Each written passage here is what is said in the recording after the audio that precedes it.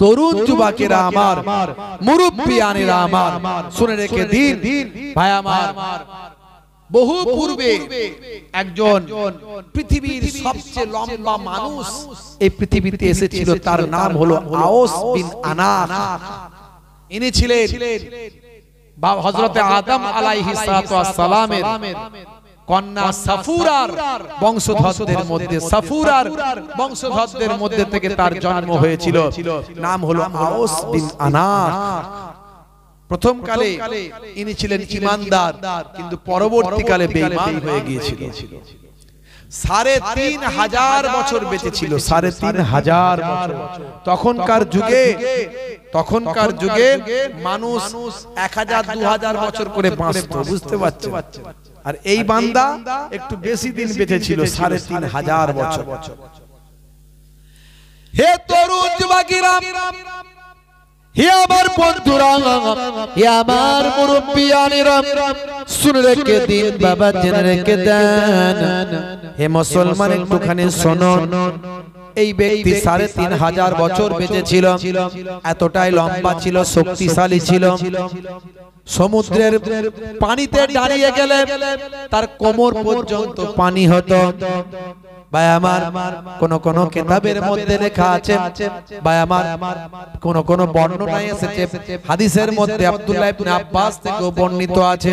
ভাই আমার, হে জওয়ান যুবকেরা, এই আওস বিন আনাস সমুদ্রের তলা থেকে হাতে করে মাছ ধরতো। ওই হাতে করে মাছ ধরে আর সূর্যের দিকে ভাই আমার রাখতো, সূর্যের রৌদ্রের তাপেতে ভাজা করে ফেলতো। ওই ভেজে সে খেয়ে নিত। আর যখন পানির পিপাসা লাগতো, হাতের লাঠি দিয়ে আকাশের মেঘমালায় আঘাত করত, মেঘ থেকে পানি বের হতো, সেই পানি খেয়ে নিজের জানটা ঠান্ডা করত। এই হলো আওস বিন আনাস। কত বড় শক্তিশালী, বুঝতে পারছেন? তার সামনে মানুষগুলো সব পিঁপড়ের মতো, পিঁপড়ে। হে তরুণ যুবকেরা, কয়েকটা নবীর জামানা ওই ব্যক্তি পেয়েছে।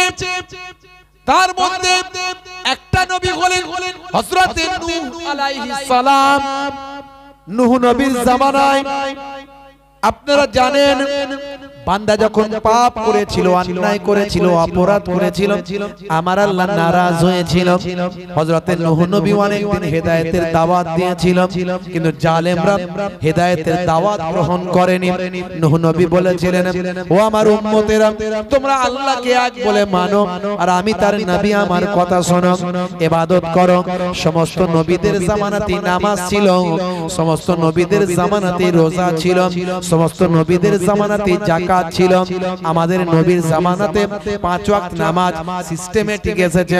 তখন বাবা মুসা নবীর জামানায় যেমন 2 ওয়াক্তের নামাজ ছিল, অন্যান্য নবীর জামানাতেও নামাজ ছিল, ইবাদত ছিল।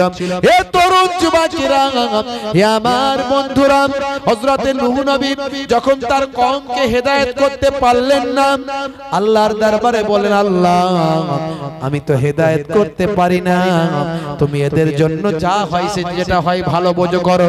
আমার আল্লাহ বললেন, হে নবী নূহ, চিন্তা করো না, তুমি এক কাজ করো, একটা নৌকা কিস্তি তৈরি করো, কিস্তি তৈরি করো। কষ্ট হচ্ছে আপনাদের? কষ্ট হচ্ছে? দেন। হে তরুণ যুবকেরা, হে আমার বন্ধুরা, নূহ নবীর এই বন্যার কিছুদিন আগে একজন বুড়ি মা নূহ নবীর কাছে এসে ঈমানটা কবুল করেছিল। ও নবী নূহ, আমি আপনার হাতে হাত দিয়ে আপনার কাছে এসে ঈমানের কালেমা পড়ে নিলাম। এখন বলুন, আপনি আমাকে কি করতে হবে? মা আল্লাহকে এক বলে বিশ্বাস করবে, আর সর্বদা তোমার লিসানটা আল্লাহ আল্লাহ জিকিরে মাশগুল রাখবে। মা চিন্তা করো না, যদি তুমি আল্লাহর ইবাদতে মাশগুল থাকো, বিপদ কোনটা দিয়ে পালিয়ে যাবে টের পাবে না। হে তরুণ যুবকেরা, আল্লাহ বলছেন, বান্দারে ফাজকুরুনি আযকুরুকুম, বান্দা তোরা আমাকে স্মরণ কর, আমি আল্লাহ আল্লাহ তোদের স্মরণ করব। আপনি যদি নামাজি হয়ে যান, রোজাদার হয়ে যান, যাকাত দেনেওয়ালা হয়ে যান, সুন্নত ওয়ালা হয়ে যান, তেলাওয়াত ওয়ালা হয়ে যান, সার্বিকভাবে আল্লাহকে আপনি স্মরণ করেছেন, আর আল্লাহ আপনাকে যদি স্মরণ করেন, কোন পৃথিবীর শক্তি আপনাকে ধ্বংস করতে পারবে না, এনআরসি এনপিআর আপনাকে ব্যতিব্যস্ত করতে পারবে না, কোন রকম আসমানি জমিনি গজব আপনাকে ধ্বংস করতে পারবে না, কোন করোনা আইলা লাইলা আপনাকে নষ্ট করতে পারবে না। কারণ আপনাকে যদি আল্লাহ স্মরণ করেন, পৃথিবীর কোন শক্তি আপনার ক্ষতি করতে পারবে না। হে তরুণ যুবকেরা, হে আমার বন্ধুরা, হযরত নূহ নবী ওই বুড়ি মাকে বলে দিলেন, মা যাও, সর্বদা তোমার লিসানটা, জিহ্বাটা আল্লাহর ইবাদতে লাগিয়ে রাখবে। আল্লাহর নবী, আমার আপনার নবী, আখিরি জামানার পয়গম্বর, জগতের শেষ নবী, একজন সাহাবী ছিলেন, নাম হলো হযরত আবু রাজিম। আবু রাজিমকে বললেন, বাবা আবু রাজিম, তোমাকে দুটো নসিহত করি বাবা। আবু রাজিম, যখন তুমি কোন জিকিরের মাহফিল পাবে, ওয়াজ নসিহতের মাহফিল পাবে, যখন কোন তেলাওয়াতের মাহফিল পাবে, কোরআন হাদিসের বয়ানের মাহফিল পাবে, তাফসীরের মাহফিল পাবে, আল্লাহ এবং রাসূলের মাহফিল যখন পাবে, সেই জায়গায় হাজিরা দেওয়া তোমার জন্য লাজিম, জরুরি মনে করে নেবে। ফায়জা খালাউতা ফাহারলিক লিসানিকা মাস্তাতাআত বিযিকরিল্লাহ। আর যখন তুমি একাকী থাকবে, নিরিবিলিতে নির্জনে যখন থাকবে, তোমার লিসানটা, জিহ্বাটা আল্লাহর জিকিরে মাশগুল রাখবে। সর্বদা তোমার লিসানটা আল্লাহর জিকিরে মাশগুল রাখবে। अल्लाह ही अल्लाह किया करो, दुख न किसी को दिया करो, जो दुनिया का मालिक है नाम उसी का लिया करो। अल्लाह अल्लाह अल्लाह अल्लाह अल्लाह अल्लाह, পড়ুন না, আল্লাহ আল্লাহ আল্লাহ আল্লাহ আল্লাহ আল্লাহ আল্লাহ আল্লাহ। शीशा टूट के जुड़ सकता है, दिल न जुड़ेगा टूटे, कितना है ओ दर्द बे इंसाफ, पर का घर जो लूटे। दुख न किसी को दिया करो, अल्लाह ही अल्लाह किया करो, जो दुनिया का मालिक है नाम उसी का लिया करो। अल्लाह अल्लाह अल्लाह अल्लाह, পড়ুন, আল্লাহ আল্লাহ আল্লাহ আল্লাহ আল্লাহ আল্লাহ। নবী বলেন, দয়া করো, দুঃখ দিও না কাউকে, জালিম মানুষ মৃত্যুর পরে জান্নাতে পাবে না যে। दुख न किसी को दिया करो, अल्लाह ही अल्लाह किया करो, जो दुनिया का मालिक है नाम उसी का लिया करो। अल्लाह ही अल्लाह अल्लाह अल्लाह अल्लाह अल्लाह अल्लाह अल्लाह अल्लाह अल्लाह अल्लाह। মাশাআল্লাহ। আমার নবী বলছেন, হে আবু রাজিম, তোমার লিসানটা, জিহ্বাটা আল্লাহ আল্লাহ জিকিরে লাগিয়ে রাখবে। নূহ নবী বললেন, হে মা বুড়িমা, তোমার লিসানটা আল্লাহ আল্লাহ জিকিরে লাগিয়ে রাখবে। হে তরুণ যুবকেরা, আল্লাহ বলছেন, হে নবী নূহ, নৌকা তৈরি করো, যারা তোমাকে মানে, যারা আমি আল্লাহকে মানে, তাদেরকে সব নৌকায় তুলে নাও। নৌকাটা তাহলে বিশাল তৈরি করতে হবে, ছোটখাটো নৌকা নয়, অনেক বড় নৌকা তৈরি করতে হবে। তার জন্য বিশাল বিশাল গাছ লাগবে। তৎকালীন যুগের বিশাল বিশাল গাছ নাম হচ্ছে ওক গাছ। ওক এই ওক গাছ বিরাট গুড়ি, হাতিতে করে টানা যায় না, 20-50টা হাতি দিলে টেনে আনা যায় না। এই আমার আপনার মতো ছোট ছোট মানুষ, হাজার হাজার মানুষ লাগলেও চাগাতে পারবে না, এত বিশাল মোটা মোটা গাছ।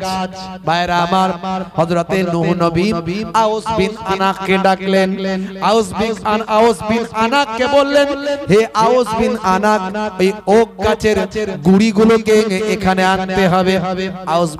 আউস বিন আনাক বলল, এনে দিতে পারি হুজুর, কিন্তু পেট ভরে খাওয়াতে হবে। বড় পেটুক লোক ছিল, পেটুক মানে খাওয়া দাওয়া দিলে সব কাজ করে দেবে, এমনি মানুষটা ছিল সাদা সিধা, খেতে দিলেই কাজ হবে। হযরতে নূহ নবী বললেন, হে আউস বিন আনাক, যাও, কথা দিলাম তোমাকে আমি পেট ভরে খেতে দেব। এই বড় বড় গাছের গুড়িগুলো এগুলো নিয়ে আসো, বিরাট বড় নৌকা তৈরি করতে হবে। নৌকার পার তলাটা খুব মজবুত দরকার, এই জন্য ওই গাছের গুড়ি ছাড়া হবে না। তৎকালীন যুগের ভাই আমার বিশাল বিশাল গাছ, ওক গাছ, এই ওক গাছের গুড়িগুলো আনতে হবে, গাছগুলো আনতে হবে। আউস বিন আনাক বলল, ঠিক আছে হুজুর। ভাই আমার দুই কাঁধে দুটো গুড়ি বিরাট বড় গাছকে চাগিয়ে নিল, নিয়ে এসে একেবারে সমতল ভূমিতে হযরতে নূহ নবীর কাছে গাছগুলোকে সেখানে ভাই আমার এসে শুইয়ে দিল। হযরতে নূহ নবীকে বলল, হে নবী নূহ, আপনি যদি আমাকে পেট ভরে খেতে না দেন, আবার যেখানকার গাছ সেখানেই গিয়ে রেখে দিয়ে আসবো। গাছ এনে দিয়েছি ঠিক আছে, কথা কিন্তু পেট ভরে খেতে দিতে হবে। পেট ভরে খেতে যদি না পায়, আবার যেখানকার গাছ সেখানে রেখে দিয়ে চলে আসবো। নূহ নবী বললেন, সর্বনাশ, আল্লাহ মালিক, আল্লাহ হেফাজতের মালিক। নূহ নবী বললেন, এই যে বাবা দুটো রুটি রেখেছি, রুটি, এই যে দুটো রুটি রেখেছি, বিসমিল্লাহ বলে খাও বাবা, বিসমিল্লাহ বলে খাও। দেখছেন বিসমিল্লাহর বরকত, বলে বিসমিল্লাহ বলে খাও। এমন সময় আউস বিন আনাক বলছে, হে নবী নূহ, আমি বিসমিল্লাহ বলে দুটো রুটি খেয়ে নিচ্ছি, এ তো আমার এক কোণে চলে যাবে, এক কোণেও যাবে না, একটু পুটলির মতো একটা বিন্দুর মতো হবে, তুমি খাবার রেডি করো, আমি বিসমিল্লাহ বলে খাচ্ছি। দেড়খানা রুটি খাওয়ার পরে আউস বিন আনাক আর রুটি খেতে পারেনি, বলছে পেট ভরে গেছে। বলুন না সুবহানাল্লাহ। হে তরুণ যুবকেরা, হে আমার বন্ধুরা, শুনে রেখে দিন বাবা, জেনে রেখে দেন হে মুসলমান, সেই আউস বিন আনাক মুসা নবীর জামানা পর্যন্ত পেয়েছে। মুসা নবীর জামানা যখন এসে হাজির হলো, তখন সে বেঈমান হয়ে গেল। কিপ্তিরা তাকে ভাই আমার খাবারের লোভ দেখিয়ে তাকে কন্ট্রোল করে নিল। তৎকালীন যুগে কিপ্তিদের জন্য আল্লাহ আসমানি রহমত নাজিল করেছিল। ভাই আমার তরুণ যুবকেরা আমার, হে আমার মুরব্বিয়ানেরা, তৎকালীন যুগের খাবারগুলো আল্লাহ অনেক বড় বড় দিয়েছিল। একটা আনারের বীজ, একটা আনারের দানা, দুইজন মানুষ পেট ভরে খেতে পারত। এই রকম বড় বড় আনারের বীজ সাইজ আল্লাহ করেছিলেন কিপ্তিদের জন্য। ভাইরা আমার, কিপ্তিরা আউস বিন আনাককে খাবারের অজুহাত দিয়ে তাদেরকে পৌতলিকতা বাদে ভাই আমার মুশরিক করে ফেলেছিল। বাবা আউস বিন আনাককে খাবার দিয়ে আউস বিন আনাককে ভাই আমার মুশরিক করে ফেলেছিল, শিরক ওয়ালা করে ফেলেছিল। হযরতে মুসা কালিমুল্লাহ আউস বিন আনাকের কাছে লোক পাঠালেন 12টা। বানি ইসরাইলের 12টা গোত্র থেকে 12টা গোত্র প্রধান লিডার হযরতে মুসা কালিমুল্লাহ কিপ্তিদের হেদায়েতের জন্য, আউস বিন আনাকের হেদায়েতের জন্য 12টা লোক পাঠালেন, 12টা প্রতিনিধি করে, 12টা লিডার করে পাঠালেন। তারা যখন কিপ্তিদের মাঝখানে গেল, এমন সময় আউস বিন আনাকের সঙ্গে দেখা। আউস বিন আনাক বলল, আগে কিপ্তিদের সঙ্গে কথা পরে বলবে, তারা আমাকে পেট ভরে খাওয়ায়, আমি তাদের প্রতি কৃতজ্ঞ, আগে আমার সঙ্গে কথা বলো, তোমরা কি বলতে চাও? বলে, আমরা মুসা নবী আমাদেরকে পাঠিয়েছেন কিপ্তিদেরকে এবং তোমাকে দ্বীনের দাওয়াত দিতে এসেছি। তোমরা এই সমস্ত মুশরিকি কাজ ছেড়ে দিয়ে আল্লাহকে এক বলে মানো, আর মুসা নবীকে নবী বলে মানো। এই কথা বলার সঙ্গে সঙ্গে আউস বিন আনাক 12 জন গোত্র প্রধানকে, লিডারকে একটা হাতুর তালুর ভিতরে ভরে নিয়েছে। সবাইকে হাতে তালুতে নিয়ে নিয়েছে। বলে ওসব কথা বাদ দাও, মুসাকে বলো আমার সঙ্গে মোকাবেলা করতে। কেন আমার সামনে এসেছো? তোমাদেরকে চিবিয়ে খেয়ে নেব। ভাই আমার হাতের তালুতে নিয়ে টিপে মেরে ফেলতে যাচ্ছিল, তখন গোত্রপতিরা সব বলল আমাদেরকে ছেড়ে দাও, মেরে কি হবে। গোত্রপতিদেরকে দেখে তার মনে দয়া হলো, ছেড়ে দিয়েছে। খুবই সংক্ষেপ করে বলছি, হে তরুণ যুবকেরা, ভাবুন একবার কত বড় শক্তিশালী মানুষ পৃথিবীতে আল্লাহ পাঠিয়েছেন। ফেরাউনের নাম আপনারা শুনেছেন, নমরুদের নাম শুনেছেন, কারুনের নাম আপনি শুনেছেন। ভাই আমার হামানের নাম শুনেছেন, সাদ্দাদের নাম শুনেছেন, কারুনের নাম আপনি শুনেছেন। কারুন কোন কারণ? যে কারণ মুসা নবীর চাচাতো ভাই ছিল সম্পর্কে, পাড়া সম্পর্কে। মুসা নবীর বংশের মধ্যে ছিল কারণ চাচাতো ভাই। হে তরুণ যুবকেরা, শুধু তাই নয়, ফেরাউনের রাজদরবারের উজির ছিল, ফেরাউনের উজিরও ছিল এই কারণ। এত ধন সম্পদ আল্লাহ তাকে দিয়েছিলেন, সোনা রূপা মণি মুক্তা, ভাই আমার প্রবাল, ভাই আমার হিরে, যত রকম ভাই আমার প্রাকৃতিক সম্পদে তাকে পরিপূর্ণতা আল্লাহ দান করেছিলেন। সে ছিল সেই জামানার এক নাম্বার ধনী। তার সিন্ধুকের এত চাবি ছিল, সিন্ধুকের এত চাবি ছিল, আমার আল্লাহ বলেন ভাই আমার একদল বলবান ক্ষমতাশালী লোক সিন্ধুকের চাবি বইতে কষ্ট বোধ করত। কোরআন মাজিদ খুলুন, সূরার নাম সূরা কাসাস, আয়াত নাম্বার হলো ৭৬।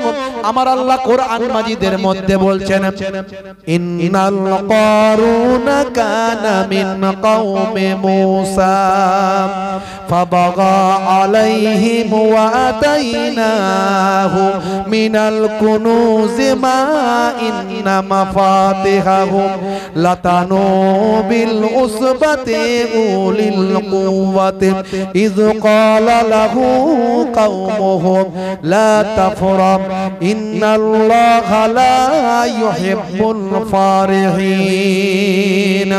এ তরুণ যুবকেরা, আমার আল্লাহ বলছেন কারণ ছিল মুসার সম্প্রদায়ভুক্ত, কিন্তু সে তাদের প্রতি উদ্ধত আচরণ করেছিল। আমি তাকে এমন ধন ভান্ডার দিয়েছিলাম যে তার চাবিগুলো বহন করার জন্য একদল ক্ষমতাবান লোকের পক্ষে কষ্টকর ছিল। স্মরণ করো তার সম্প্রদায়ের তাকে বলেছিল, ধন সম্পদ নিয়ে গর্ববোধ করো না, ইন্নাল্লাহা লা ইউহিব্বুল ফারিহিন, আল্লাহ গর্বিতদের পছন্দ করেন না। এই কারণ ছিল এত সম্পদশালী, কিন্তু ছিল কৃপণ, কিন্তু ছিল কুঞ্জুস কৃপণ। মুসা নবী তাকে দেখলেই বলতো, কারণ এত ধন সম্পদের মালিক তুমি, তুমি এত বড় ধন সম্পদের মালিক, তোমার জন্য যাকাত দেয়া ফরজ, তুমি যাকাত দাও, যাকাত দাও। এই যাকাত দেব সে দেবে না, সে যাকাত দেবে না। আচ্ছা সমাজে এখন এরকম লোক আছে না নাই? ধন সম্পদের অনেক টাকার মালিক যাকাত দিতে চায় না, আছে না? বলেন, এই কষ্ট হচ্ছে আপনাদের? যাকাত দিতে চায় না, এরকম লোক আছে না নাই? আবার যদিও দেয়, দেখা গেল কোটি কোটি টাকার মালিক, লক্ষ লক্ষ টাকা যাকাত, সে দিচ্ছে ক টাকা? ৫-১০ হাজার টাকার লুঙ্গি কিনে ৩ দিন ধরে বিরাট লম্বা লাইন করে ছবি তুলছে আর দিচ্ছে, বলছে যাকাত বিরাট দিচ্ছে। আছে না নাই? যাকাত দেওয়ার উদ্দেশ্য কি? গরিবি হাঁটাও, দেশ বাঁচাও। সর্বনাশ করেছে, রাত অনেক হয়েছে, বুঝে যাচ্ছে। গরিবি হাঁটাও, দেশ বাঁচাও। ভাইরা আমার, তরুণ যুবকেরা আমার, যাকাতের উদ্দেশ্য হলো এটা, তাই তো নাকি? তাই তো নাকি? ভাইরা আমার, এখন লোকে যাকাত দেওয়াকে মুসিবত মনে করে। যদি ঠিকঠাক মানুষ যাকাত দিত, আপনার প্রতিবেশী আশপাশের মানুষগুলো কি আর গরিব থাকতো? সব তারা বড়লোক হয়ে যেত, প্রত্যেকই যাকাত দেনেওয়ালা হয়ে যেত। জোরে বলুন সুবহানাল্লাহ। আল্লাহ কোরআন মাজিদে যাকাত দেওয়া আপনার আমার জন্য ফরজ করেছেন, কিন্তু দুর্ভাগ্য মুসলমান আমরা যাকাত ছেড়ে দিয়েছি, ঠিকমতো হিসাব করে দিই না। হে তরুণ যুবকেরা, কারণ ছিল কৃপণ, যাকাত দিতে চাইতো না। মুসা নবীও ছাড়নেওয়ালা মানুষ নয়। যখনই রাস্তাঘাটে দেখা হতো, কারণ যাকাত দাও, সে বলতো হে নবী মুসা তুমি আর কাউকে পাও না, শুধু আমাকে দেখো। এমন কি আমি টাকা পয়সার মালিক হয়েছি যে শুধু আমাকে যাকাত দিতে বলো?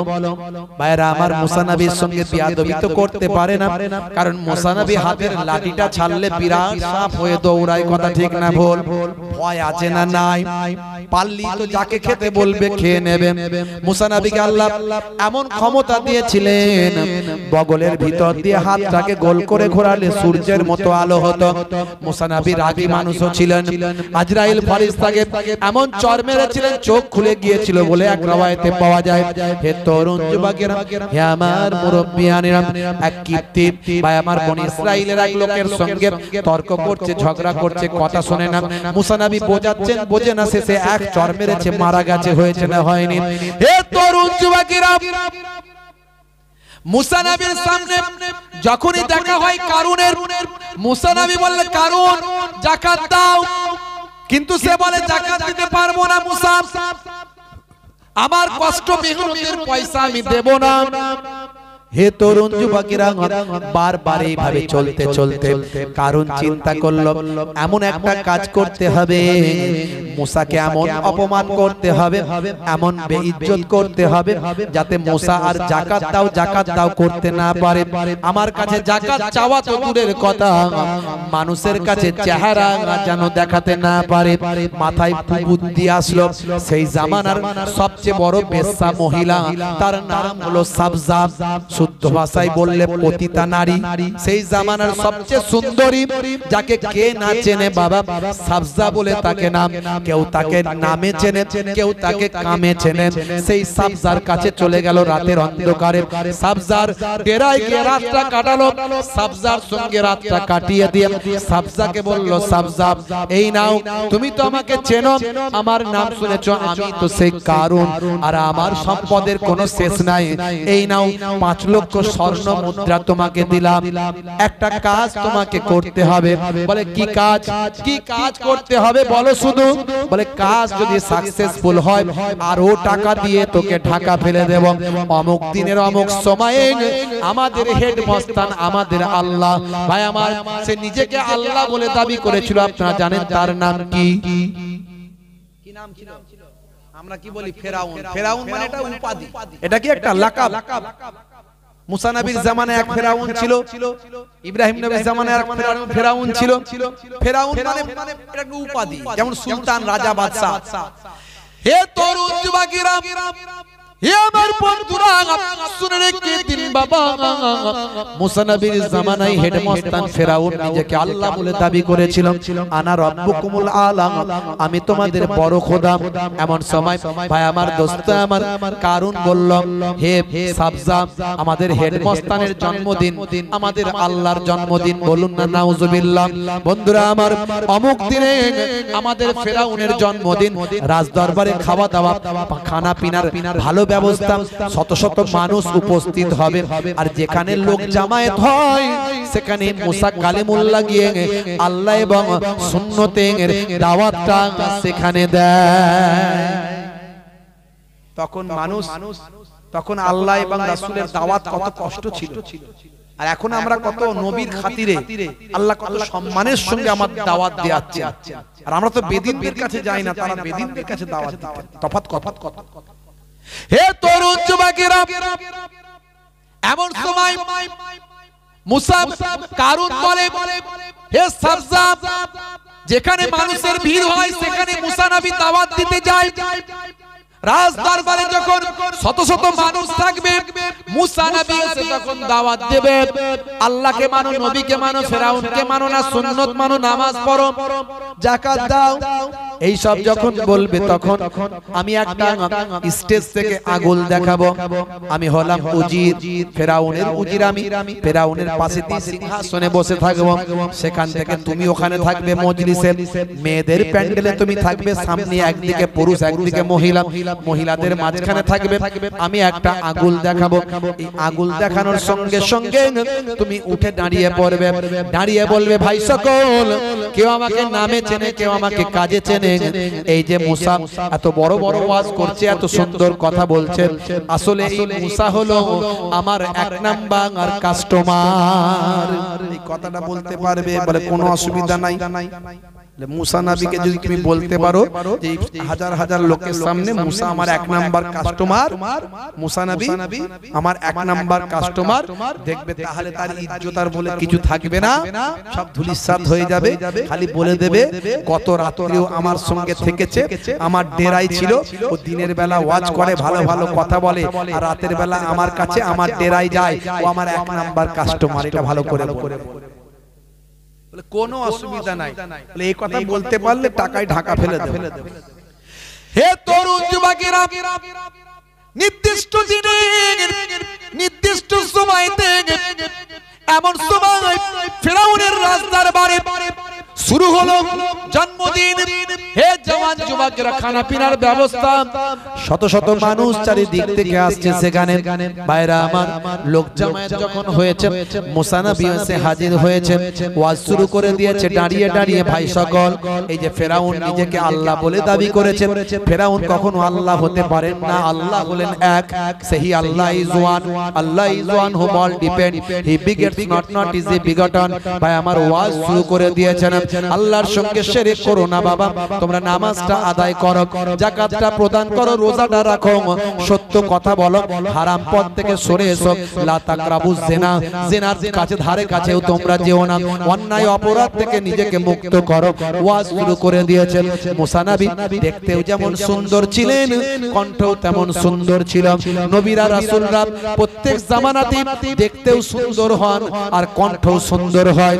মুসা নবীর কথা শুনে সকলে মোহিত হয়ে গেল, হৃদয়টা বিগলিত হতে লাগলো।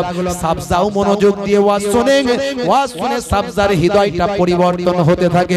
এত সুন্দর ওয়াজ, এত সুন্দর কথা, সাবজা মনে মনে ভাবে জীবনে জিন্দেগিতে আর কখনো আমি শুনি না। এমন সময় পুরো মজলিস যখন মুসা নবীর কথা শুনে বিভোর হয়ে গেছে, সেই সময় দেখতে সর্বনাশ, কারণ তখন একটা আগুন তুলেছে, তার মানে সাবজা এবার ওঠো। ওঠা তো দূরের কথা, ওঠা তো দূরের কথা, সাবজা ওঠা তো দূরের কথা। ভাই আমার, সে মুসা নবীর ওয়াজ শুনে অস্থির পাগল হয়ে গেছে।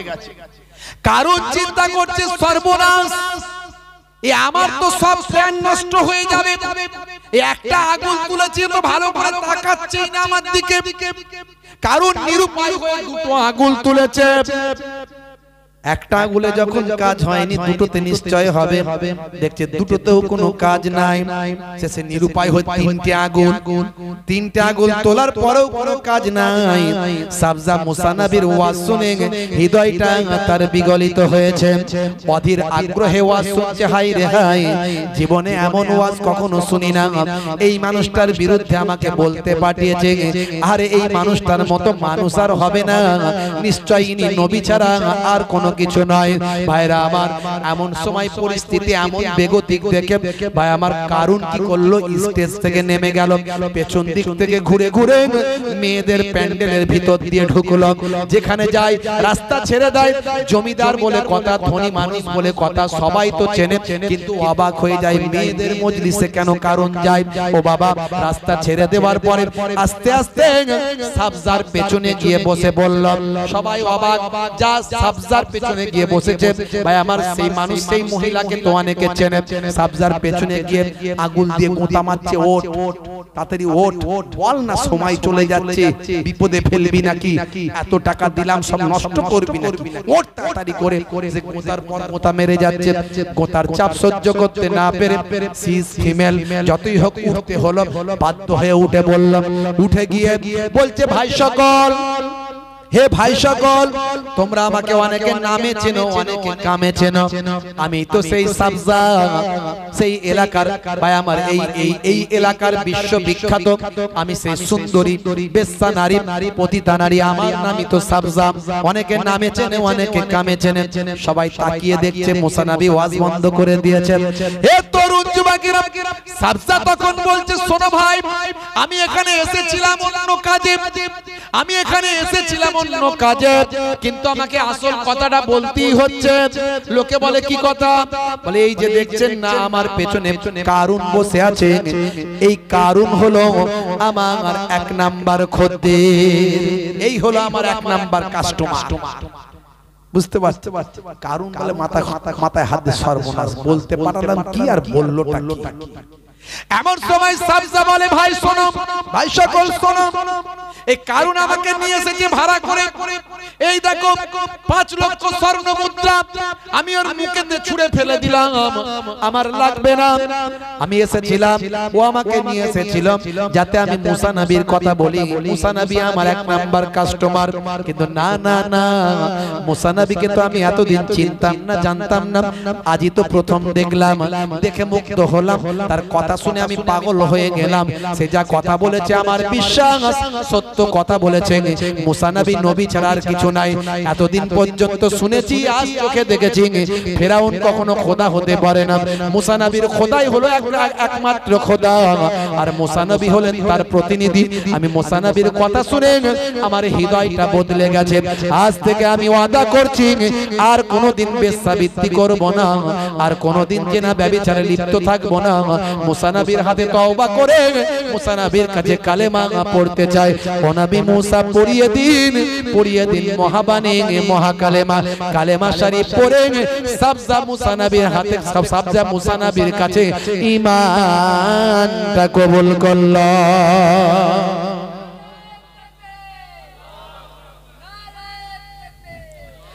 হে তরুণ যুবকেরা, হে আমার বন্ধুরা, সাবজা আসল কথা সব বলে দিল। এই কারুন আমাকে ভাড়া করে নিয়ে এসেছে মুসা নবীকে অপমান করার জন্য, আর বলেছে যদি আমি অপমান ঠিকঠাক করতে পারি আমাকে টাকা দিয়ে ঢাকা ফেলে দেবে। কিন্তু আমি পারলাম না, আমি অন্যায় করতে পারলাম না, আমি গুনাহগার পাপী, আমি বেশ্যা নারী হতে পারি। কিন্তু আল্লাহ এবং রাসূলের বাণী শুনে আমার হৃদয়টা পরিবর্তন হয়েছে। মুসা নবীকে নবী বলে মানলাম, আল্লাহকে আল্লাহ বলে মেনে নিলাম। হে তরুণ যুবকেরা, হে আমার বন্ধুরা, এই কথা শুনে মুসা নবী রাগান্বিত হলেন, চোখ লাল হয়ে গেল। ভীষণ রাগী নবী, ভীষণ রাগী পয়গম্বর। হে জওয়ান যুবকেরা রাগান্বিত হলেন। ভাই আমার সেই সময় বললেন, হে সকলেরা, তোমরা যারা মজলিসে আছো সবাই এখান থেকে চলে যাও। বলার সঙ্গে সঙ্গে মুহূর্তের মধ্যে মজলিস ফাঁকা হয়ে গেল। মুসা নবীর হাতের লাঠি ছাড়লে সাফ হয়ে যায়, সবাই ফাঁকা হয়ে গেল। সাবজাও চলে গেল, সাবজা মুহূর্তের মধ্যে চলে গেল। মুসা নবী একথা বললেন, সবাই চলে গেল, কিন্তু কারুন উঠতে পারে না। কারুনের পেছনে যেন ফেভিকল লাগানো হয়েছে, সে আর উঠতে পারে না। অনেক কষ্ট করে লাঠি ধরে ভাই আমার খুঁটি ধরে উঠলো বটে, যেন মনে হচ্ছে হ্যান্ডিক্যাপ দাঁড়াতে পারে না। মুসা নবী বললেন, হে কারুন, এখনো সময় আছে, এখনো সময় আছে, যাকাত দেবে কিনা বলো। খুবই সংক্ষেপ, একদম শেষ লগ্নে চলে এসেছে, খুবই সংক্ষেপ, শেষ লগ্নে চলে এসেছে। মুসা নবী দেখেন এই হলো নবীদের কাজ, এত রেগে গেছেন, তারপরেও লড়াইটা নিজের জন্য করছেন না, আল্লাহর জন্য। হযরত আলী মুর্তজা কারামাল্লাহ ওয়াজহুর সঙ্গে একজন কুফার রাসূলের দুশমনের লড়াই চলছে। হযরত আলী মুর্তজা কারামাল্লাহ ওয়াজহু তার বুকের উপর উঠে বসে পড়েছে। ভালো করে বুঝবেন, দেখুন, একটু গৌর করুন। তার বুকের উপর উঠে বসে পড়েছে। এমন সময় সেই জালেম বাঁচার জন্য তাড়াতাড়ি যাতে আলী রাদিয়াল্লাহু তাআলা আনহু তাকে মেরে ফেলে, আলী রাদিয়াল্লাহু তাআলা আনহুর চেহারাতে থুতু নিক্ষেপ করেছে। হযরত আলী রাদিয়াল্লাহু তাআলা আনহু তাকে ছেড়ে দিলেন, যা তোকে ছেড়ে দিলাম। সে উঠে দাঁড়িয়ে বলে, আমি তাড়াতাড়ি যাতে তুমি আমাকে মেরে ফেলো সেই জন্য থুতু নিক্ষেপ করলাম, আর থুতু নিক্ষেপ করতে তোমাকে ছেড়ে দিলে, কেসটা কি? বলে ওরে জালেম তুই জানিস না আমাদের ঈমান কাকে বলে, নবীর প্রেম কাকে বলে, আল্লাহর প্রতি বিশ্বাস কাকে বলে। এতক্ষণ আমার লড়াইটা ছিল বেঈমানের সঙ্গে ঈমানদারের, আল্লাহর শত্রুর সঙ্গে আল্লাহর মহব্বতের, হ্যাঁ রাসূলের দুশমনের সঙ্গে রাসূলের প্রেমিকের। এতক্ষণ আমি লড়াইটা করছিলাম আল্লাহ এবং রাসূলের জন্য। আর যখন তুমি থুতু নিক্ষেপ করলে, যখন তুই থুতুটা আমার চেহারায় দিলি, আমার রাগ হয়ে গেল। তখন আমার মোটিভটা চেঞ্জ হয়ে গেল। এবার আমার রাগ চলে এলো, মনে হলো যে আমি নিজের জন্য লড়াই করছি। আমি আমার নফসকে কন্ট্রোল করে, আমি রাগকে কন্ট্রোল করে, আমি আমার নিজের জন্য তোকে মারবো না, এই জন্য আমি তোকে ছেড়ে দিলাম। দেখেছেন, এই নাম ইসলাম। আমরা ইসলামটা বুঝতে হবে। আমরা আল্লাহ এবং রাসূলের জন্য লড়াই করি না, লড়াই করি নিজের জন্য, নফসের জন্য। নফসকে কন্ট্রোল করতে হবে। তরুণ যুবকেরা আমার, মুরব্বিয়ানিরা আমার, একেবারে সংক্ষেপ করে বলে দিচ্ছি শুনুন। এমন সময় মুসা কালিমুল্লাহ সব রাগকে কন্ট্রোল করলেন, করে আবার সে বললেন, হে কারুন এখনো বাঁচার সুযোগ আছে। অনেক ষড়যন্ত্র করেছো, আমাকে অপমান করার চেষ্টা করেছো, আমি যাতে মুখ দেখাতে না পারি তার চেষ্টা করেছো, আমাকে অসম্মান করার জন্য একজন মহিলাকে ভাড়া করে নিয়ে এসেছো, আজকে তো হেদায়েত হয়ে গেল। হে কারণ এখনো সময় আছে, বলো তুমি যাকাত দেবে কিনা বলো। কারণ বলল, বুঝতে পেরেছি সব জাদু মন্ত্র দিয়ে কন্ট্রোল করে নিয়েছো তুমি, আমি মরে গেলেও যাকাত দেব না। মুসা কালিমুল্লাহ বলে, আর কোনো রাস্তা নাই, আর বাঁচানোর তোমাকে কেউ রাস্তা নাই। শোনো তাহলে যখন যাকাত যখন দেবে না, আমি আল্লাহর দরবারে জানিয়ে দিচ্ছি, ইয়া আরদ খুজ বলার সঙ্গে সঙ্গে হে জমিন কারুনকে টেনে নাও, বলার সঙ্গে সঙ্গে কারুনের হাঁটু পর্যন্ত শুকনো জমিনে গেড়ে গেল। এরপরও মুসা নবী, প্রত্যেকটা নবী, প্রত্যেকটা রাসূল, প্রত্যেকটা ওলিয়া উলিয়া যারা হাক্কানি আলেম, তাদের মোটিভ যতক্ষণ ওয়াজ করবে বান্দা যাতে আল্লাহকে মানে, নবীকে মানে, সর্বদা এটাই তাদের চেষ্টা থাকে। এরপরও মুসা কালিমুল্লাহ বলছেন, হে কারণ এখনো বাঁচার রাস্তা আছে, এখন হাঁটু পর্যন্ত গেড়েছে, এখনো বলো যাকাত দেবে কিনা। জালেম বলে, মরে গেলেও যাকাত দেব না, তোমার জাদু মন্ত্র দিয়ে যা খুশি করো। তখন মুসা নবী দেখলেন নিরুপায়, তখন আবার রাগান্বিত হয়ে আল্লাহকে সন্তুষ্ট করার জন্য আবার বললেন, ইয়া আরদ খুজ, হে জমিন কারুনকে টেনে নাও, বলার সঙ্গে সঙ্গে বুক পর্যন্ত যা শুকনো জমিনের ভিতর গেড়ে গেল। তখন হযরতে মুসা কালিমুল্লাহ আবার বললেন, হে কারুন এখনো সময় আছে, এখনো সময় আছে, হে কারুন এখনো সময় আছে, যাকাত দেবে কিনা বলো। ভাই আমার, দোস্ত আমার, যাকাত দেওয়ার কথা শুনতি, কারণ রাগান্বিত হয়ে বলেন, জান চলে যাবে তবু যাকাত দেব না। মুসা কালিমুল্লাহ বললেন, তাহলে আর কোনো বাঁচার রাস্তা নাই। ইয়া আরদ খুজ বলার সঙ্গে সঙ্গে জমিন তাকে সারা শরীরটা মাটির তলায় ঢুকিয়ে নিল।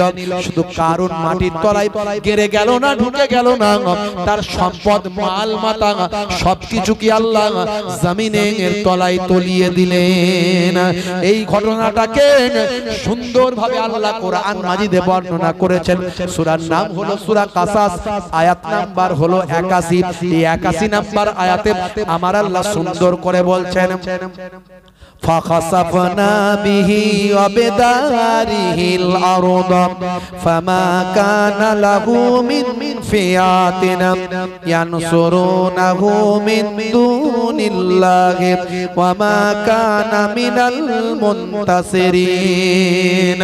হে তরুণ যুবকেরা, অতঃপর আমি ভূগর্ভে পতিত করলাম কারণকে ও তার প্রাসাদকে।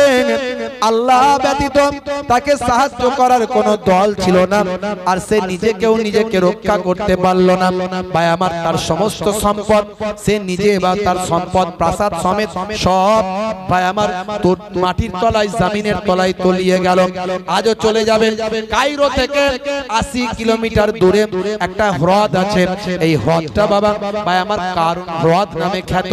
এই হ্রদে আজও মানুষ দেখতে যায়। যায়, যে জায়গায় কারণ তার সম্পদ সহ জমিনের তলায় তলিয়ে গিয়েছিল। এর জন্য বলবো আল্লাহর সঙ্গে নাফরমানি নয়, আমার নবীর খাতিরে আল্লাহ আমাদের হেফাজত করছেন, কিন্তু আল্লাহ নারাজ হয়ে গেলে বিপদ গজব মুসিবত বিভিন্ন দিক থেকে এসে হাজির হয়। হে তরুণ যুবকেরা, নামাজটা পড়ুন, রাসূলের সুন্নতটা মানুন, রোজাটা রাখুন, যাকাতটা দিন। ভাই আমার কোন রকম কৃপণতা করবেন না, ইসলামের ব্যাপারে সদয় হয়ে জানান। ভাই আমার দান করুন, সাদকা করুন, ইসলামের জন্য ফি সাবিলিল্লাহ, আল্লাহকে খুশি করার জন্য খরচা করুন। আমার আল্লাহ আপনার দানকে, আপনার ইবাদতকে কবুল ও মঞ্জুর করে কাল কিয়ামতের দিনে নাজাতের জারিয়া বানিয়ে দেবে। জোরে হবে না ভাইরা আমার, তরুণ যুবকেরা আমার, মুরব্বিয়ানেরা আমার, মুসলমান, একটুখানি আপনাকে আমাকে খেয়াল করতে হবে, লক্ষ্য রাখতে হবে, যাতে করে আমরা বেনামাজি না হয়ে যাই, বেরোজাদার না হয়ে যাই, আমরা যেন যাকাত বিহীন না হই, যাকাত ছাড়া যেন আমাদের জীবন না চলে। একটুখানি আপনাকে আমাকে আজ থেকে প্রতিজ্ঞাবদ্ধ হতে হবে। অনেকগুলো সুন্নতের কথা বললাম। ডান দিকে কাত হয়ে ঘুমানো সুন্নত, পায়ের গিরার নিচে যেন পোশাক না চলে যায়, চেটে পুচে খাওয়া সুন্নত, রাস্তা দিয়ে যাবেন যখন পেরেক পাথর কাঁচ ভাঙা পড়ে আছে সাইড করে দেবেন। ইয়া আবাজার লা তাহকিরান্নাল মারুফা সাইয়াদ, বাবা আবু জার, তোমার ছোট ছোট কাজগুলোকে কাজ ছোট মনে হতে পারে, কিন্তু এই ছোটগুলোই রহমতের দরিয়া বর্ষণ করে দেবেন। আজ থেকে প্রতিজ্ঞা করুন, এত সুন্নত যা বললাম তার মধ্যে সবচেয়ে বড় সুন্নত হলো মুখের দাড়ি। এই মুখের দাড়িটা আপনি রাখবেন। আর এখন বিরাট কোহলি, হরভজন সিং, লিওনেল মেসি, এরা সব মুখের দাড়ি রেখেছে। পৃথিবীর কত বড় বড় সেলিব্রিটিরা মুখের দাড়ি রেখেছে, ফ্যাশন দাড়ি, ফ্যাশন দাড়ি। কিন্তু আপনি দাড়িটা ছোট হোক আর বড় হোক রাখবেন সুন্নত ওয়ালা দাড়ি, নবীর সুন্নত মনে করে রাখবেন। আজ ছোট আছে কাল বড় হয়ে যাবে, সুন্নত মনে করে যদি রেখে থাকেন, কবরে যদি চলে যান এই অবস্থায় মুনকার নাকির ফেরেশতা এসে বলবে মান রব্বুকা, দেখতে পাবে মুখে দাড়ির দেখা, হতে পারে এই দাড়িটা হবে নাজাতের জারিয়া। বন্ধুরা আমার, যাই হোক, একটুখানি আপনাদের খেদমত থেকে বিদায় নেওয়ার আগে আগামী বছর এই পাক মাহফিলটার জন্য একটুখানি দান চাইবো। কারুনের মতো কৃপণতা করবেন না, যার দেওয়ার ক্ষমতা আছে কারুনের মতো কৃপণতা করবেন না, বখিলিপনা করবেন না। বখিল হলো আল্লাহর শত্রু, আর কৃপণ হলো আল্লাহর শত্রু, দাতা হলো আল্লাহর বন্ধু। জোরে বলুন সুবহানাল্লাহ। কোরআন মাজিদে আল্লাহ রাব্বুল আলামিন বলছেন মান জাআ বিল হাসানাতে ফালাহু আশরু আমসালিহা, বান্দা একটা হাসানা করবে 10টা জাযা বদলা পাবে। ভাই আমার, এক দেবে আল্লাহ বলছেন 10 দেব। হাদিসে কুদসির মধ্যে এসেছে এক দিলে 10 পাবেন, এক দিলে 100, এক দিলে 700 বেহিসাব মালে মালামাল করে দেবেন। বাপেরা আমার, ফি সাবিলিল্লাহ দিলে কমবে না। আগামী বছর এই জান্নাতের বাগানের জন্য একটুখানি দান কে কে করবেন? বাপেরা আমার, 8 জন ভাই হবে, জান্নাত হলো 8টা। জান্নাত কটা? জান্নাত 8টা। 8 ভাইকে চাইবো আপনাদের পীরের ঘরের আওলাদ, দুই দরবারের দুই খানদানের মেহমান হয়ে এসেছি, মুসাফির হালাতে আছি। দাওয়াতুল মাজলুমে, দাওয়াতুল মুসাফিরে, দাওয়াতুল ওয়ালিদে আলা ওয়ালাদিহি, 3 শ্রেণীর ডাক আল্লাহর দরবারে কবুল হয়, এতে কোনো সন্দেহ নাই। তার মধ্যে একটা হলো মুসাফিরের ডাক। আমি আল্লাহর দরবারে দোয়া চাইবো, আছেন কোন বান্দা? 8 জনকে চাইবো, জান্নাত হলো 8টা।